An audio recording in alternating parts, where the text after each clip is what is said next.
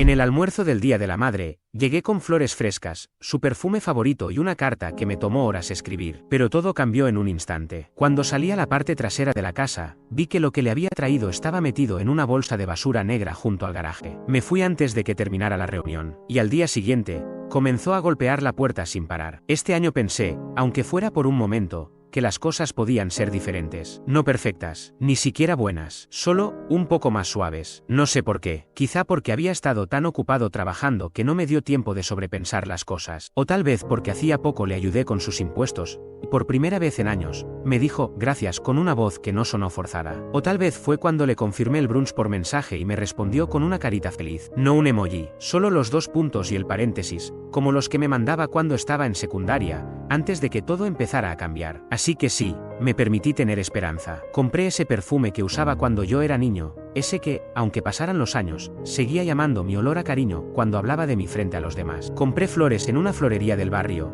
no en el supermercado, y me senté durante horas a escribir una carta a mano, no de esas que se compran ya hechas. Nada de gracias por todo y ya. Le conté que sabía que las cosas no siempre habían sido fáciles, que valoraba lo que había sacrificado por mí, que la quería, aunque últimamente sintiera que prefería estar lejos. No era una carta desesperada, solo sincera. Me convencí de que este almuerzo podía ser una especie de reinicio, una forma de volver a entrar en su mundo. Ella me tuvo cuando recién había salido del colegio. Por mucho tiempo fuimos solo ella y yo, caóticos, pero cercanos. Todo cambió cuando yo tenía 10 años y conoció a Roberto, su actual esposo. Al principio, él era amable, reservado, práctico. Pensé que quizá estaba ganando un aliado. No supe que en realidad estaba comenzando a desaparecer. Luego nació Mateo, mi medio hermano. Y de pronto, ya no era su hijo, sino el recordatorio de una vida pasada. A Roberto le gustaba comenzar desde cero, formar lo que él llamaba una familia de verdad. Se notaba cada vez que decía nuestro hijo, pero nunca me llamaba hijastro, a menos que alguien se lo preguntara directamente. Aún así,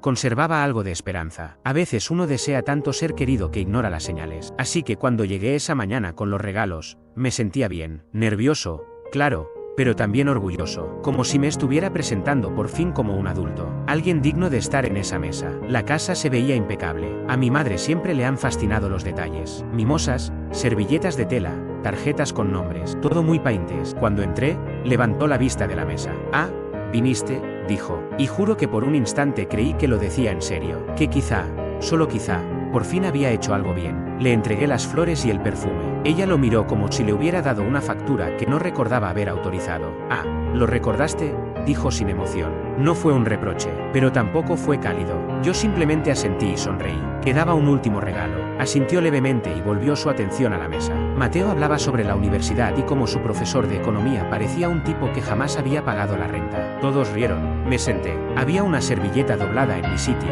pero ninguna tarjeta. Nadie se había molestado en hacerme un pequeño detalle. Estaba bien. Me serví jugo como si fuera parte del ritual. Roberto me preguntó cómo iba el trabajo y se dio la vuelta antes de que pudiera terminar de responder. Mi madre acomodaba el centro de mesa. Mateo me pasó la sal sin mirarme. Nada de eso era nuevo. Pero ese día, por alguna razón, pesaba más. Tal vez porque esta vez sí lo había intentado. Tal vez porque la carta aún estaba en mi bolsillo y no decidía cuándo dársela. La había sellado en un sobre rojo. Usé mi mejor pluma. ¿Alguien quiere más café?, pregunté. Mi madre no me escuchó, o fingió no hacerlo. A mitad del almuerzo, mi hermano me miró y sonrió. ¿Entonces ahora celebras el Día de la Madre a distancia o esta es tu visita caritativa del año? Roberto soltó una risa. Mi madre no dijo nada, solo tomó un sorbo de su bebida. Sonreí como si no me molestara. Bueno, no traje un cupón, pero sí un regalo, respondí. Genial, dijo Mateo. ¿Se lo mandaste por transferencia como el año pasado? No, dije, aún sonriendo. Este año está por escrito. Me levanté,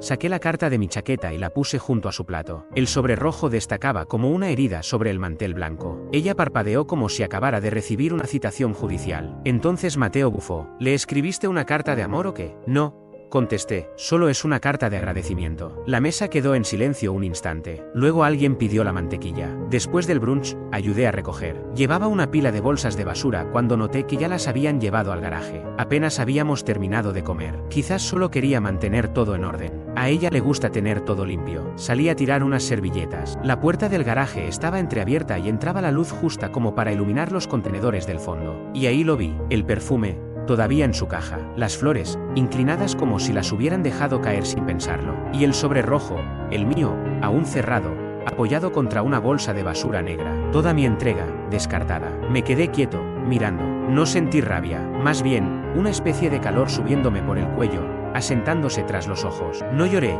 pero el mundo se volvió un poco más borroso. Miré a mi alrededor. Nadie estaba mirando. No apareció ningún equipo de televisión a decirme que era una broma o que había sido un malentendido. Solo silencio y basura. Me agaché, lo recogí todo. Perfume, flores, la carta. Me quedé de pie un momento, en ese garaje a medio iluminar, sin saber siquiera por qué lo hacía. Tal vez fue puro instinto, o dignidad, o simplemente no podía soportar la idea de que mi cariño terminara pudriéndose entre cáscaras de huevo. Regresé a mi coche con la bolsa en la mano como si llevara pruebas de un crimen. Me senté ahí unos minutos, motor apagado, la carta sobre el asiento del acompañante. Qué tontería haberla escrito, pensé. Gracias por los años que me diste. Sé que no fue fácil, pero hiciste lo que pudiste. Estoy orgulloso de la mujer en la que te convertiste. Miré el sobre, luego arranqué y me fui a casa. No dije adiós, no envié un mensaje, no comenté lo que vi, ni siquiera cerré la puerta con fuerza, simplemente me fui en silencio. Esa noche, dejé el menú sobre la encimera de la cocina, junto al frasco de perfume y las flores que ya comenzaban a marchitarse. Me quedé mirando todo aquello, como si esperara que algo me diera una explicación. ¿Por qué seguía esforzándome? ¿Por qué aún me importaba? ¿Por qué no lo vi venir? No dormí casi nada, pero antes del amanecer, tomé una decisión. Y a la mañana siguiente, ella no paraba de llamar. Antes solía creer que los cambios ocurrían lentamente, como la erosión, que un día despertabas y simplemente el paisaje ya no era el mismo. Pero ahora, mirando atrás, pienso que en realidad todo ocurrió más rápido de lo que quise aceptar. Ella conoció a Roberto cuando yo tenía 10 años. Al principio, vino un par de veces a cenar. De pronto, estaba allí todas las noches. Una mañana, me desperté y su coche ya estaba en la entrada, sus zapatos en el pasillo. Y mi madre llevaba más maquillaje de lo habitual. Le sonreía de una forma que no me dirigía a mí desde hacía mucho. Recuerdo haber pensado, el bebé llegó poco después. Yo seguía teniendo 10 años. Hice los cálculos después, pero en ese momento no creo que pensara que yo lo haría. Ella y Roberto formaron una nueva familia casi sin transición. Nuevas rutinas, nuevas reglas, un cuarto para el bebé donde antes estaba el despacho, un segundo refrigerador en el garaje lleno de leche especial y comida orgánica, un calendario de tareas en el que, de repente, ya no aparecía mi nombre. Estaban ocupados, claro. Tener un recién nacido no es sencillo. Así que me convencí de que era lógico que se olvidaran de preguntarme cómo me fue en el examen de ortografía, que no asistieran a mi presentación escolar, o que me dejaran esperando en la lluvia después de karate. Solo era una etapa. Esperé años a que terminara. Nunca terminó. El bebé creció. Lo adoraban. Caminaba y lo aplaudían. Dijo papá y lloraron de emoción. Cuando llevé a casa un reconocimiento de la escuela, mi madre apenas dijo: «Qué bien, puedes cuidar a tu hermano mientras duermo un rato». No es que dejara de quererme de un día para otro, es que empezó a querer a otro con más fuerza. Y con el tiempo, ese silencio se volvió insoportable. Cuando me fui a la universidad, esa casa ya no era mi casa. En las paredes solo había fotos de ellos sonriendo en el parque, con pijamas navideños iguales, mi hermano sentado en el regazo de Santa Claus. Yo no aparecía en ninguna, ni siquiera en la foto de mi graduación del instituto. Era como si hubieran borrado mi existencia. Recuerdo pasar frente a un cuadro colgado en la escalera que decía: «La familia lo es todo», y pensar: sí, pero no está. Y aún así, seguí intentándolo. Esa es la parte que más me avergüenza. Asistí a reuniones familiares, compré regalos de cumpleaños, ayudé con facturas cuando supe que estaban cortos de dinero. Incluso después de enterarme de que se habían ido de vacaciones sin decirme nada, seguí ahí. Fui quien ayudó a Roberto a conseguir trabajo. Utilicé mis contactos para recomendarlo en una empresa donde necesitaban a alguien con presencia. No hacía falta mucha experiencia, solo buena charla. Superó la entrevista sin problema. El carisma ayuda cuando nadie revisa tu historial. Nunca dijeron que fui yo quien lo recomendó. No importó, me dije que no lo hacía para recibir mérito, sino para mantener un vínculo, para seguir sintiendo que aún pertenecía a algo. Aun cuando me mudé a mi propio departamento y conseguí un trabajo estable, seguí visitando, llamando. Enviaba mensajes a mi madre los miércoles con cosas simples, como: «Espero que tengas un buen día». A veces respondía, a veces me dejaba en visto durante días, pero cuando lo hacía, era como respirar de nuevo. Una vez me escribió: «Siempre cumples». Gracias. Fue después de que la ayudé con unos trámites del seguro. Leí ese mensaje una y otra vez durante semanas. No me enorgullece decirlo, pero si alguna vez te has sentido invisible para alguien que alguna vez te puso en el centro de su mundo, lo entenderás. Por eso, este año, ese brunch me dolió tanto, porque me había permitido creer que quizás algo estaba cambiando. Me envió una carita sonriente al confirmar la invitación. Me agradeció por ayudarle con los impuestos. No me pidió dinero ese mes. Creí que tal vez estábamos equilibrando las cosas, que tal vez estaba suavizándose. Y por un momento, esa mañana, parado en su puerta con flores, una carta y su perfume favorito, el que usaba cuando yo era niño, me sentí hijo otra vez. Pero luego se rió de una broma de Mateo sobre que yo era el medio hijo, y no dijo nada cuando Roberto me interrumpió y desvió la conversación hacia inversiones. Ni siquiera miró bien el sobre que le entregué, aquel que había escrito hasta tarde la noche anterior, donde le decía que la quería, incluso cuando dolía, incluso cuando era un sentimiento sin retorno. Después lo tiró a la basura. Todavía lo veo. La bolsa junto al garaje, el sobre rojo doblado y hundido, la caja del perfume sin abrir, las flores medio aplastadas bajo otro montón de residuos. Lo saqué todo de nuevo, no para devolvérselo ni para hacer una escena, solo porque no podía soportar dejarlo allí, porque no eran solo regalos, eran una parte de mí, eran yo, y si no los quería, entonces yo ya no le daría nada más. Esa misma noche, mi madre envió un mensaje: te fuiste con una actitud extraña. Espero que no haya sido por algo que hicimos. Estuve a punto de reír, pero no lo hice, porque no había nada gracioso, ni los años en que me achiqué para dejar espacio a la versión de familia que ella había elegido, ni las miles de veces que ofrecí ayuda sin recibir un solo gracias, ni el recuerdo de ella arropándome a los 7 años, diciéndome, tú eres mi mundo, para después crecer y descubrir que ese mundo tenía fronteras que yo ya no podía cruzar. Nunca me echaron, solo se aseguraron de que siempre me sintiera como un visitante, y por eso no he contestado sus llamadas, porque, por primera vez, no estoy esperando que me hagan un lugar. Estoy intentando recordar cómo se sentía pertenecerme a mí mismo. No pude dormir esa noche. No fue por enojo, ni siquiera por tristeza. Era algo más profundo. Una especie de claridad helada, esa que aparece cuando la esperanza desaparece del todo. Como cuando estás en una casa donde pensaste quedarte para siempre y de pronto te das cuenta de que todas las paredes están vacías por dentro. Cerca de las 2 de la madrugada, me levanté y fui a la cocina. Coloqué 3 cosas sobre la encimera: el perfume,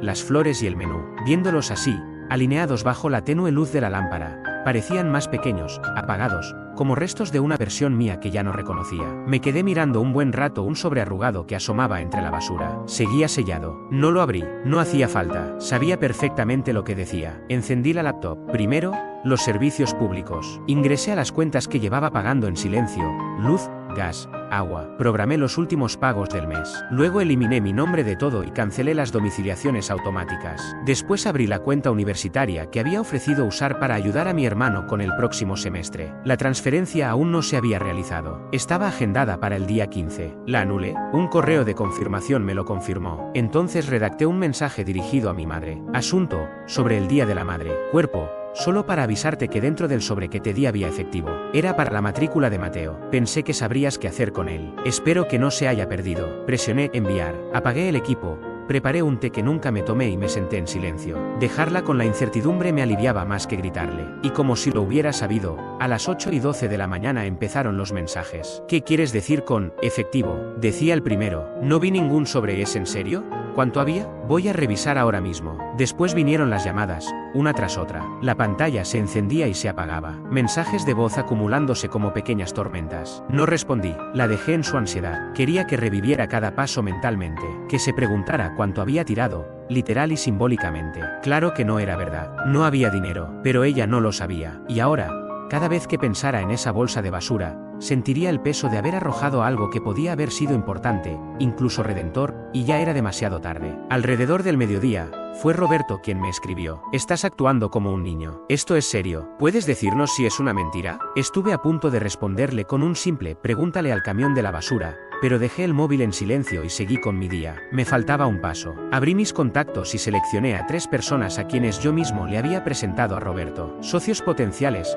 proveedores, un amigo antiguo que le consiguió un contrato adicional. A cada uno le envié un mensaje similar. Hola, solo quería pedirte que, en adelante, no relaciones mi nombre con Roberto Hatcher. Nada personal ni dramático, solo un límite que necesito establecer. Gracias por entender. No di detalles, no hubo chismes, pero bastaba para dejar una sensación. Lo suficiente como para que comenzaran a preguntarse qué había pasado realmente. Lo suficiente para que algunos hilos se aflojaran. Conocía cómo funcionaba ese mundo. El empleo de Roberto se sostenía en su reputación de ser alguien confiable y con vínculos. Y si yo, en silencio, me hacía a un lado, otros lo seguirían. A finales de esa misma semana, ya había perdido una referencia importante. Un contrato quedó en pausa. Otro cliente pidió tratar directamente con otra persona. No tuve que mover un dedo más. Bastaron unos correos y dejar espacio para que el sistema hiciera lo suyo. Esa noche, volvió a vibrar mi teléfono. ¿Lo encontraste? Por favor, respóndeme. Necesito saber. Creo que vi la bolsa de la que hablabas, pero ya no está. ¿Esto es real? Me quedé mirando su nombre en la pantalla. Por un momento imaginé responderle algo seco, con filo, un cierre, pero no lo hice, porque esto no era una venganza, era algo más profundo. Quería que sintieran, aunque fuera una fracción,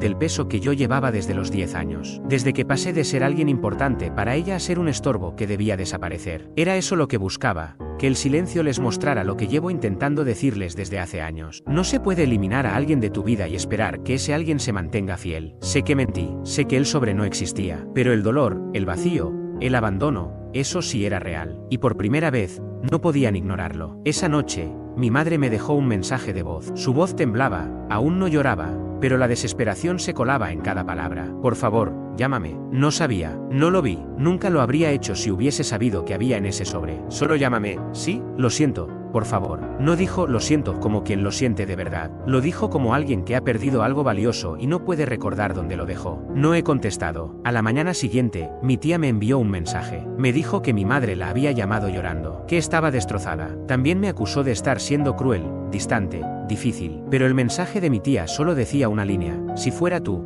tampoco contestaría. Eso me hizo sonreír, porque por primera vez, alguien lo comprendía. Alguien veía cuánto había dado, cuánto había soportado, y cuánto silencio había aceptado hasta que ya no pude más. Ese fin de semana guardé los regalos en el armario, no porque quisiera conservarlos, sino porque tampoco estaba listo para tirarlos. Ya no eran un recuerdo de ella, eran un recuerdo mío, del tipo de persona que seguía intentándolo. Pero yo ya no intentaba nada, eso se había terminado. El lunes, los mensajes cambiaron de tono, ya no preguntaban cómo estaba, ahora exigían respuestas, desde disculpas vagas como lamento que estés así hasta advertencias como tienes que parar con esto ya. Roberto me escribió directamente por correo, usó un tono profesional, como si estuviéramos resolviendo un acuerdo comercial, no desenterrando una década de resentimientos. Me dijo que mi decisión de alejarme estaba afectando su trabajo, y que esperaba que lo reconsiderara, por el bien de la estabilidad familiar. Tu silencio me está costando dinero, dijo mi madre. Yo no respondí. Entonces Mateo se metió. Me envió un mensaje de voz que comenzaba con un clásico: mira, sé que nunca fue perfecto, y terminaba con: pero en serio,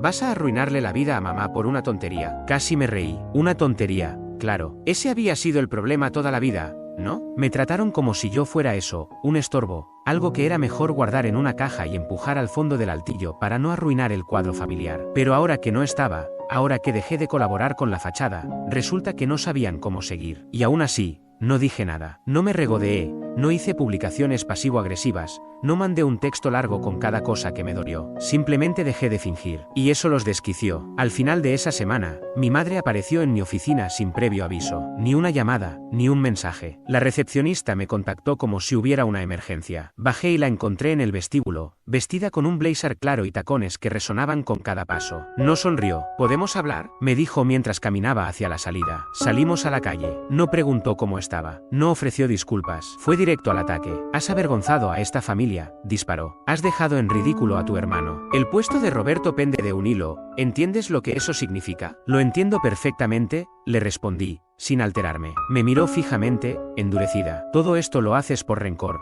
por una simple fiesta. Bajé la cabeza. ¿De verdad crees eso? Cruzó los brazos. Nosotros te criamos, te dimos comida, ropa, pagamos tu educación. Asentí lentamente. Incluso ayudamos con el adelanto para esta casa. Cubrimos tus servicios durante 2 años. Te ofrecí apoyo para los estudios de Mateo. Claro, interrumpí. Hablemos de esas zapatillas que me compraste en 5º grado. Noté cómo se tensó su mandíbula. Fue tu decisión, dijo. Nunca te pedimos nada. No, ustedes no pedían. Solo lo daban por hecho. Que yo debía cubrir la hipoteca cuando Roberto la olvidaba. Que debía entender cuando no viniste a mi cumpleaños porque Mateo tenía un examen. Que debía callar mientras media familia se burlaba de mí como si yo fuera un accidente. Que debía seguir aportando, incluso después de que tiraron lo único que me quedaba para dar. Eso último la impactó. Parpadeó. Su expresión cambió, tal vez por culpa o incomodidad. Entonces jugó su última carta. Estás castigando a la persona equivocada, susurró. Roberto no tiró nada. Sonreí, agotado. ¿Quieres hablar del menú?, vaciló. Lo entendió.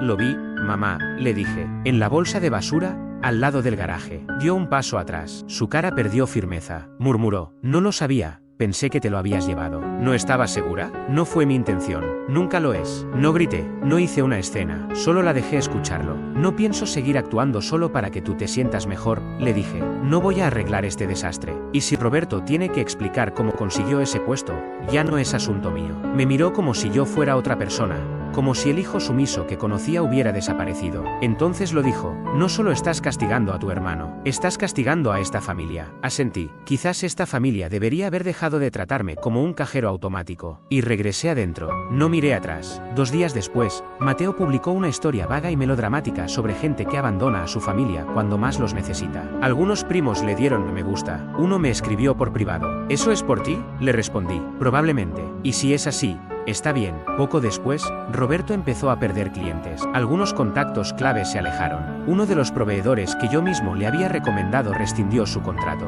Un mes más tarde, lo invitaron a renunciar. Le llamaron reestructuración, pero todos sabían la verdad. Mateo no recibió ayuda para su matrícula. Tuvo que aplazar el semestre. Y yo nunca dije una palabra. No por crueldad, sino porque el silencio era el único idioma que jamás aprendieron a escuchar. Unas semanas después de aquel encuentro en la oficina, recibí una videollamada grupal de mi madre, Roberto y Mateo. No contesté, dejaron un mensaje de voz. Solo queremos hablar, decía mi madre con un tono dulzón, casi torpe, como quien quiere reiniciar un tablero después de lanzarlo por el aire. Perdón, supongo, murmuró Mateo. Roberto no dijo nada. Entonces mamá añadió, ya dijiste lo que querías, ¿y ahora qué? ¿Nos vas a negar? Reproduje el mensaje 2 veces. Una para escuchar lo que dijeron, otra para prestar atención a lo que no dijeron. Nadie pidió perdón de verdad. Nadie reconoció el daño. Solo querían que volviera al papel que solía ocupar. Pero yo había terminado con esa obra. Así que no contesté. Bloqueé el número. 3 meses después, me ascendieron. Me mudé a un apartamento más grande. Comencé a organizar cenas pequeñas con gente que sí quería escucharme. Y una noche,